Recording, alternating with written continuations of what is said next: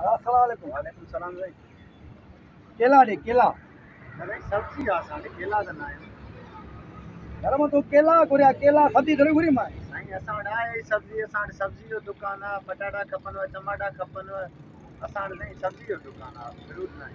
हिन हमने मूंखे मोकिलियो आहे चई केला खपाईंदी आहे। त साईं इहो तव्हांखे हरू भरू आहे, व्याजी आहे पाण व्याजी तोबा तोबा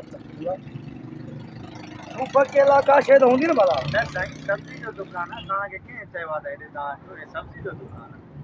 सब्जी वारो मां वठी आयो सदाईं केला ॾींदा सूप ॾींदा हाणे। न साईं उहो न आहे। असां वटि हे ॾिसो नी साईं, असां वटि लोकियूं पियूं आहिनि, हे पटाटा पिया आहिनि, हे टमाटा आहिनि साईं। असां वटि सब्जी आहे, मिर्च आहिनि, धाणा आहिनि, बसर आहिनि। ये भी टमाटो आहे? हा साईं इहो टमाटो आहे। हे ईअं छो आहिनि? साईं हे मसालो छा किना किना टमाटा हलाईंदो आहे नी? हा साईं हे थोरो महांगा थी विया आहिनि, इन करे पोइ मिड़ई कसो कपो पियो हलाइणो थो पए। तव्हांखे खपनि घणे आहे साईं? हर को छो था परेशान? टमाटा भला हुजनि हाणे सभिनी खे टुंग लॻा पिया भला आहिनि, तव्हांखे असली वठणा आहिनि। तव्हां उहा ॻाल्हि हर को तव्हां छो था कयो? ॿियो ग्राहक बि सामने था ॻाल्हाइनि, हर को तव्हां छो था कयो? यार पहिने कीअं मोकिलियो मूंखे तव्हां? यार हे तव्हांखे ग़लति थो चए, हे सही न। हे पाण हे व्याजी माण्हू आहे, तव्हांखे हर को डिस्टर्ब थो करे। केला नारो अॻिते हूंदव साईं। तव्हां बिल ठाहे ॾिनो साईं, चई तो मिलंदे सभु केला सूप।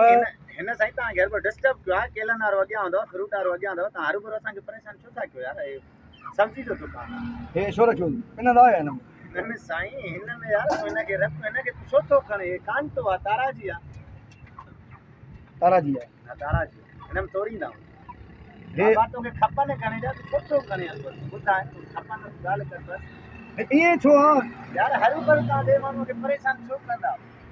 यार ॾाढो छो न आहे? हे सही आहे ॾिसो। अरे बाबा हे सही आहे, बसि पूरा घर भर छो थो परेशान करे? सही आहे भाई। न कोई कॾहिं मिलंदा भला इहे केला टमा केला सूप? बाबा हो अॻियां को ॿियो दुकानु आहे, ॿिए कंहिंजे कंधा में लॻो आहे, सुठा असांखे तव्हां यार सुठो अॻियां दुकान किथे आहे? सभिनी खे इहे दुकान किन न बाबा रेड़े वारो अॻियां बीठो आहे, रेड़े वारो आहे अॻियां पंजाबी आहे, उहो बीठो आहे, तव्हां होॾे वञो हर को सही। उनखे कोई टमाटा कोन आहिनि के टमाटा कोन आहिनि यार ज़रूरु आहे तोखे सब्जी खपे तव्हां या फ्रूट बि हितां हूंदो यार। दुकान हर शइ थींदी आहे न दुकान ते। केला थींदा आहिनि, सूप थींदा आहिनि।